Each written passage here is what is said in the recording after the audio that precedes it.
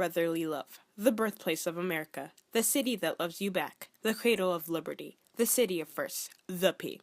Guys, I'm talking about Philadelphia.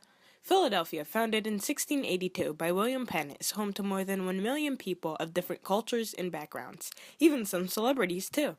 It is also home to some of the best hospitals, music, and fine dining. In the city, there's a little something for everyone. Philadelphia has such a rich culture and history that people come from all over just to get a glimpse of it, and why shouldn't they?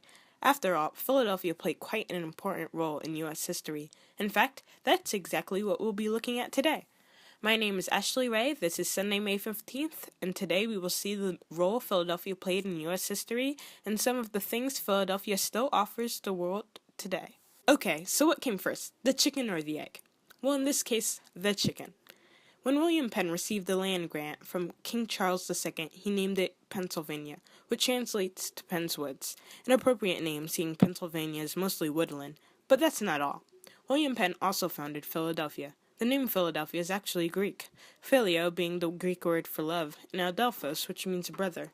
This set up the iconic nickname City of Brotherly Love, which is actually what William Penn hoped it would have. Penn was a Quaker and did not want anyone else to feel the hate the Quakers felt in England. Not only being a place for sisterly affection and brotherly love, Philadelphia was founded to serve as a capital for the Pennsylvania colony, though during the Revolutionary era it achieved much, much more. During the Revolutionary War, Philadelphia was the hub of a lot of action. Not many people actually realized that Philadelphia was the capital of the United States up until December 1800. Including that, Philadelphia was the home of a lot of founding fathers. Some Benjamin Franklin here, a dash of Thomas Mifflin there, the occasional Robert Morris. But during the Revolutionary War era, a lot actually happened in Philly. Here's a kind of timeline of everything that did. In 1774, the First Continental Congress met in Philadelphia to discuss the Parliament's coercive acts, or better known, the Intolerable Acts. As we all know from history class, the Intolerable Acts were a series of acts passed by the British that restricted the rights of the North American colonies so fiercely it caused a lot of protest and anger.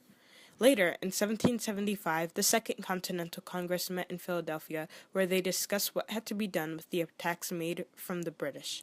Later, on July 4th, 1776, the Declaration of Independence was signed in what is now known as Independence Hall, as American people got their independence from England. And on 1777, General Howe marched in with British troops, but there wasn't actually much of Philadelphia left, because patriots had already looted the city. Philadelphia was soon overtaken by the British without much struggle, and finally, in 1787, the Constitutional Congress met to sign the U.S. Constitution. This also happened in Independence Hall. But Philadelphia wasn't only important during this time.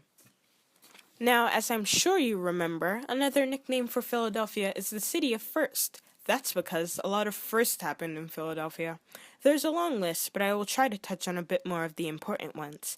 And did you know a big developer of all these firsts was Benjamin Franklin himself? In 1731, the first public library was founded by yours truly. In 1731, Benjamin Franklin and a bunch of his pals created the first public library by the name of the Library Company of Philadelphia. Since the war in 1812, the Library of Congress had lost its collection, but with the help of Thomas Jefferson's book collection, they built on. In 1751, Dr. Thomas Bond and Benjamin Franklin founded the first hospital. It was to care for the sick, poor, and insane who were wandering the streets of Philadelphia. Philadelphia, being the big city it was a breeding ground for a lot of diseases. The hospital was considered different for its time because it included the treatment for the mentally ill, though later on they realized it was a bit crowded and a separate hospital was created. This led to the first insane asylum. In 1752, Benjamin Franklin also founded the first insurance company. In 1730, a devastating fire struck Philadelphia. In his paper, The Gazette, Franklin spoke of how it could have been prevented, and soon the city purchased some fire equipment, and with Franklin's suggestions in his paper, the first volunteer fire department was created. So I guess you could say Franklin played a part in that as well. In 1751, Franklin and some people from the fire department met up to discuss a fire insurance company. They drew up a bunch of plans, got people to sign on as subscribers, and in 1752, the Philadelphia Contribution Ship for the insuring of homes from loss of fire, and to be and continue to be contributors unto and equal sharers in the losses as well as gains. I know, rolls right off the tongue. But that was established. At the top of the list of directors there was Franklin, followed by a fellow named Philip Sing. Now, if you live in Philadelphia, I'm sure you've been to the zoo. But did you know the Philadelphia Zoo was the first zoo in the nation? You probably do. It would be hard to live in the area and not know. The papers to open the zoo were signed in 1859, though the Civil War caused it to be opened 15 years later. During its first year, the admission was 25 cents for adults and 10 cents for children, and they only had 813 animals. Today, they hold 1,600 rare and endangered species. Pricing is $23 for adults and $19 for a child.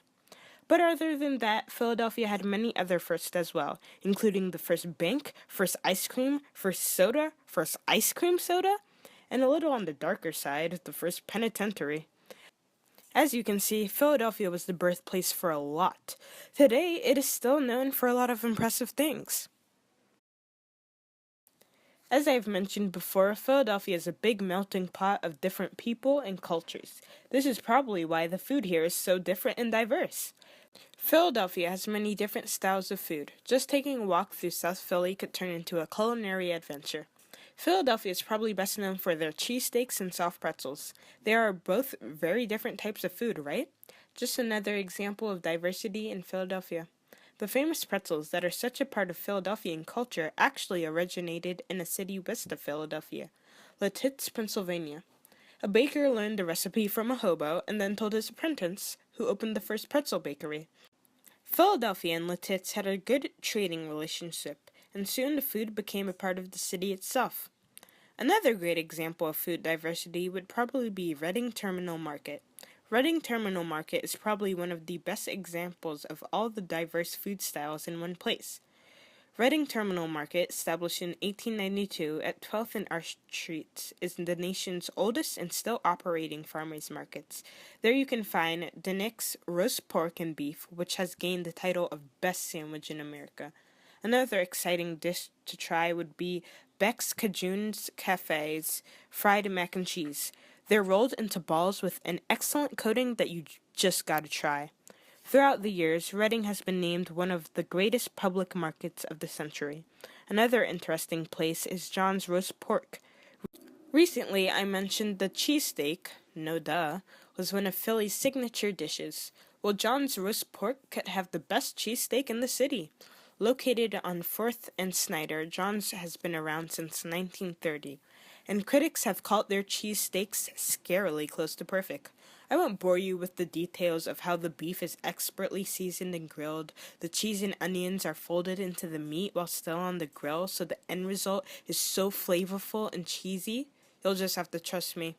The last eatery I'm going to introduce you to is a fancy place called Moshulu. It's an incredibly top-notch place and is arguably one of the best restaurants in Philly. What's even more exciting is that it's on a boat. Moshulu is located on a four-masted boat that floats in the Delaware River. It stays docked in the same place, so don't worry about missing your reservation. Well, for that reason. Other than the exquisite food, the boat has quite some history. It is the largest four-masted sailing ship that is still afloat. In 1904, it was originally sailed and worked in ports all over the world. From 1904 to 1914, the ship transported supplies to a copper mine in Mexico. However, in 2002, a restaurateur by the name of Martin Grims took an opportunity and renovated it into a restaurant. Besides food, Philadelphia has a rich musical culture. Just taking a walk down Broad Street can prove to be a journey of the arts. There's even a section of the creek called the Avenue of the Arts. On this street you have the Kimmel Center, home to the Philadelphia Orchestra, the Academy of the Arts, which has performances by the Pennsylvania Ballet, the Opera Company of Philadelphia, as well as the Philadelphia Clef Club of Jazz and Performing Arts, an iconic institution which teaches jazz music and performs. But Philadelphia isn't all fun and games. We also have an incredibly strong medicinal field. As I'm sure you remember from earlier, Philadelphia was the birthplace of the first hospital. Ever since then, Philadelphia has continued to grow and grow in the medicine field. The first hospital was just the beginning. The first medical school also happened here. The University of Pennsylvania School of Medicine, now the Perelman School of Medicine, was founded in 1765 by John Morgan and William Shippen Jr. It offered medical lectures and is named one of the strongest medical schools in the nation. Today, Philadelphia is considered a healthcare hub with its great health insurance, medical schools, and hospitals. CHOP and St. Joseph's University being one of the best pediatric cancer facilities in America. And with this note, we've come to the end of my podcast. This is an amazing city that doesn't get a lot of the respect it deserves, so I hope this podcast has enlightened you on how much culture and history the city of Philadelphia holds. I hope that if you haven't already, you'll visit some of the places I mentioned. Trust me, the food spots are no joke. This is Ashley Ray from Philadelphia itself. Thanks for listening and stay flashy.